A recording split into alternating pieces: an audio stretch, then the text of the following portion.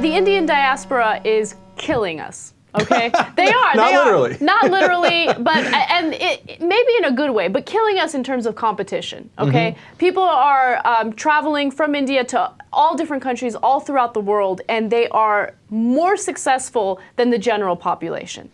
That is true in almost all of the countries that they're in. Yes. And it's certainly true here in the United States. It is. So I'm going to give you a couple examples. Put up the graphic. It's Indians versus general population in the United States. Just to give you an example of how much they're better in terms of education and employment. So the Indian diaspora in the U.S. is only 1%, except when it comes to graduate school population in the top universities in the United States, they make up 13% of the population. By the way, they're not even close to 1% of the population. They're less than 1%, and they have 13%. That's a giant number of the graduate students.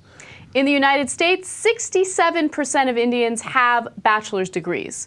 Now compare that to 28% of the general population in the United States. Beating you with a whooping stick. The average household income for Indians is $90,000, whereas the average household income for the general population in the U.S. is $50,000. That is a giant, giant difference. Supposed to do, you take them out of the office and hit them with a stick a couple times. They will do. Okay. Now, look, we're giving you those numbers, one, because they're true, and it's a news story.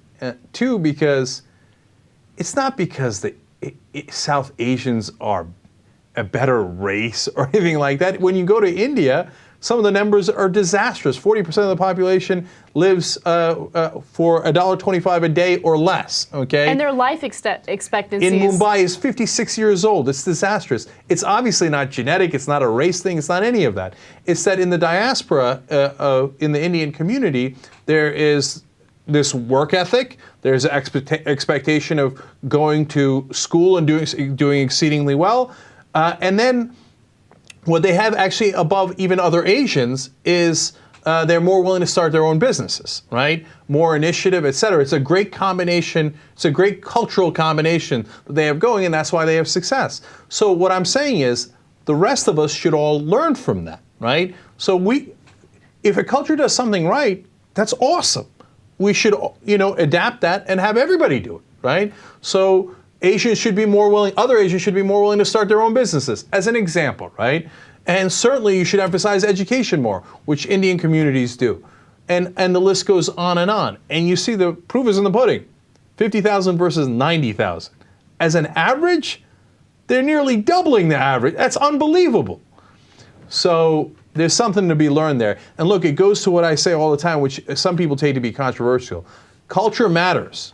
And sometimes you have the wrong culture, sometimes you have the right culture. Doesn't mean overall there's no such thing as this whole ethnicity has the wrong culture. But for example, give you an extreme example, in the cultures that say you should do female circumcision. Well, that culture is wrong, right? In that specific instance, right? And when you say, hey, you know what, you should get a really good education, that culture is right. So let's learn from what we do wrong, let's learn from what we do right. And God bless, South Asians kicking ass all over the world.